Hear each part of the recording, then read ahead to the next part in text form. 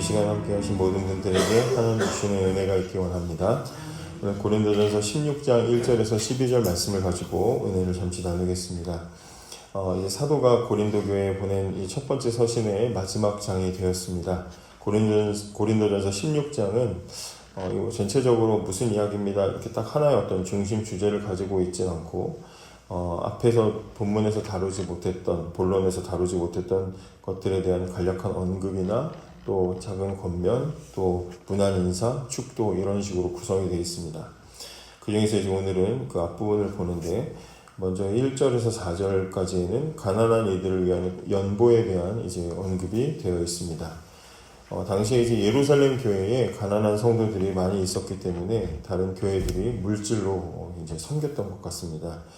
바울은 갈라디아나 빌립보 교회처럼 이 고린도 교회에서도 예루살렘 교회를 돕는 연보에 참여하기를 이제 그렇게 말하면서 그렇게 해서 그리스도 안의 형제 사랑을 실천하도록 연보를 요청하기도 하고 구체적으로 어떻게 모아야 되는지에 대한 방법까지도 알려주는 모습이 보입니다.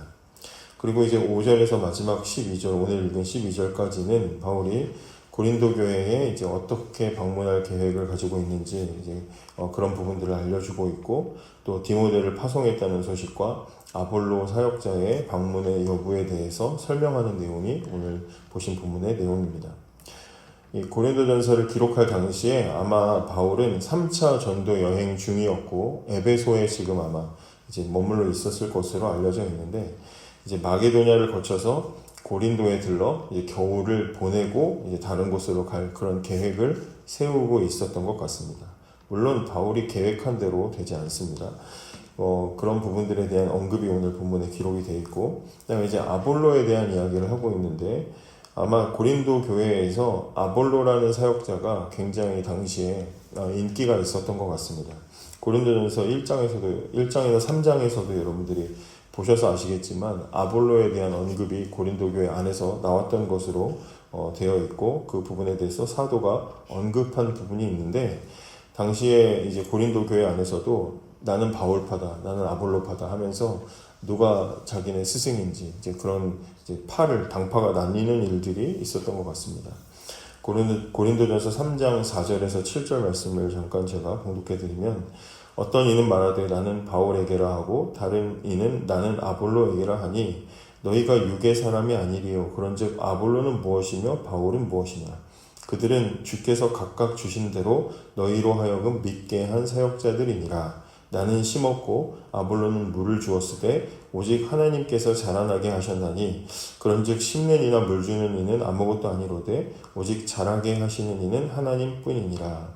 그러니까 바울이 이렇게 말할 정도로 아볼로가 중요하고 나 바울이 중요한 게 아니라, 누가 더 좋은 사역자 이게 중요한 게 아니라 자라게 하시는 분은 하나님이시다, 이제 이렇게 말할 정도로 굉장히 사람들이 좋아하는 그런 사역자였다. 특히 아볼로가 물을 주었다 이렇게 표현하는 걸로 보아서 성도들을 양육하고 성장시키는 데 탁월한 은사를 가지고 있었던 그런 사역자였던 것 같습니다. 근데 이제 교회에서 성도들이 사랑하고 좋아해서 아마 고린도 교회 교인들이 바울에게 여기 올 때 아볼로를 꼭 사역자를 좀 데리고 와줘라, 이제 그런 요청을 했던 것 같습니다. 근데 오늘 본문을 보면 12절에 형제 아볼로에 대하여는 그에게 형제들과 함께 너희에게 가라고 내가 많이 권하였으되 지금은 갈 뜻이 전혀 없으나 기회가 있으면 가리라.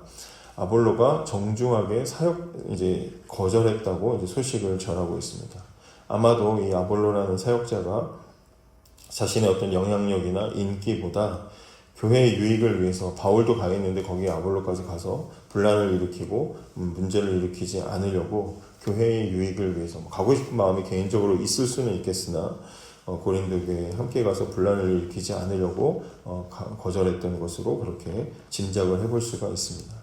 그리고 이제 나머지 부분은 내일 보시는 권면과 인사에 대한 내용들이 되어 있습니다.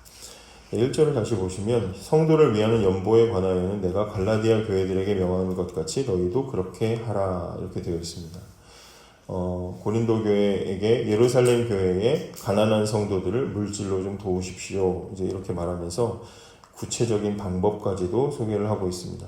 여기서만 이렇게 말한 게 아니라 여기 본문에서도 말한 것처럼 갈라디아 교회에서도 여러 번 이제 예루살렘 교회를 도와야 됩니다. 이렇게 저렇게 도와야 됩니다라고 강조를 했던 것 같습니다.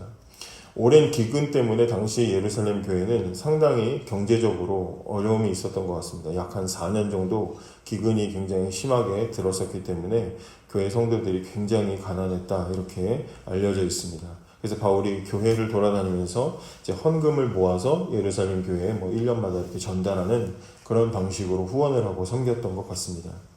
근데 이제 이렇게 생각하면 지금 고린도 교회나 이 교회들은 다 이방인들이 거의 있는 교회들인데 예루살렘 교회는 어쨌든 유대인들이 중심된 교회 아니겠습니까?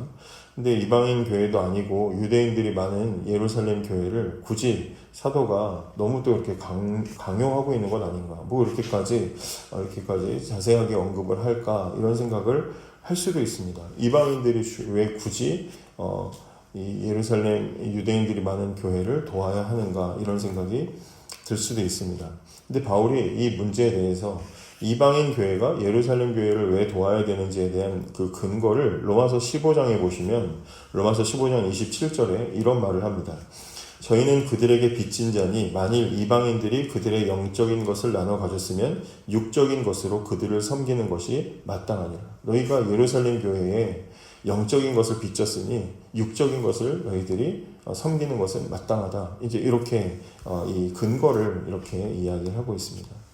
본문을 보면서 참 귀하다고 생각했던 부분이 있었는데 그게 뭐냐면 이전에는 절대로 하나가 될 수 없었던 유대인들과 이방인 그들이 복음을 듣고 예수 안에서 이러한 모양으로 하나가 되었다는 것이 오늘 본문을 통해서 보여준다는 것입니다.